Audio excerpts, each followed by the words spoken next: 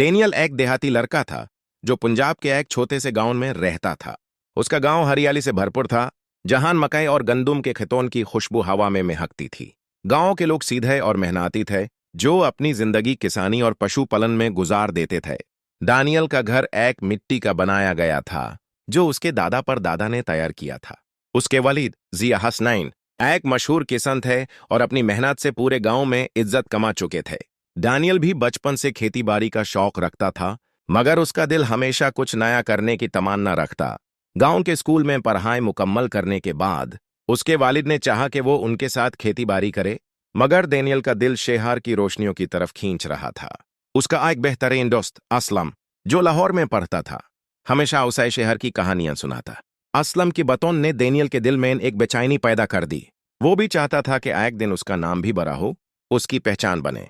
एक दिन दानियल ने अपने वलीद से कहा, रियाज दे अब्बाजान, मैं चाहता हूं कि लाहौर जाकर कुछ सीखो, कुछ बारा करून डायल। शायद जिया हसनैन ने घूर कर देखा। बेटा, गांव की जिंदगी बुरी नहीं है, हम अपनी रोजी यहां कमा सकते हैं। शहर की जिंदगी आसान नहीं होती। और मगर डेनियल के जज्बात इतने मजबूत थे कि उसने अपने वालिद को राजी कर ही लिया। वलीद की दुआ और मां के आंसुओं के साथ वो लाहौर चला गया। शहर आके डेनियल को समझ आया कि यह जिंदगी बिल्कुल अलग है। हर जगह शोर, रश और मुश्किलात का सामना। पहले पहले तो यूज बहुत मुश्किल हुई।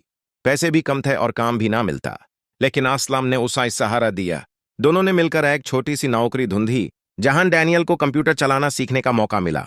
यह नया काम उसे पसंद आया और धीरे धीरे उसे इस फील्ड का शौक हो गया। एक दिन उसे एक सॉफ्टवेयर कंपनी में नौकरी मिल गई। वो दिन उसके लिए ईद से कम नहीं था।